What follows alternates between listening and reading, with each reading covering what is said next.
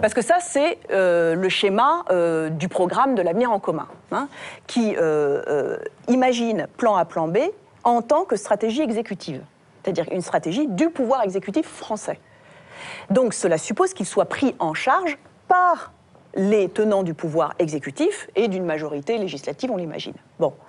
Donc, ce que je veux vous dire, c'est qu'à ce moment-là, première attitude, c'est la fameuse habitude que nous prendrions, qui est d'abord de demander son avis au peuple. C'est-à-dire qu'on demande d'abord mandat au peuple. On considère néanmoins que le mandat est fourni dans un premier temps par l'élection présidentielle. Donc le président, supposons Mélenchon, une fois au pouvoir, aura pour mandat d'abord de mettre sur la table la question, de la désobéissance au traité. L'euro.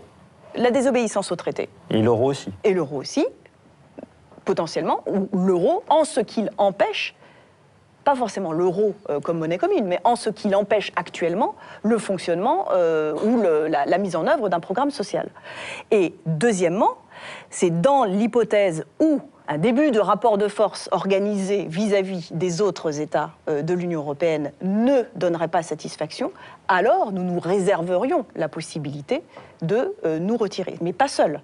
Pas nous retirer sèchement, c'est nous retirer pour pouvoir organiser des coopérations qui permettent justement d'envisager une alter-Europe, ça a été dit tout à l'heure, une autre Europe tout simplement, c'est-à-dire des coopérations avec des États qui, eux, serait d'avis de faire fonctionner une communauté d'États européens non soumis aux diktats du libéralisme, etc.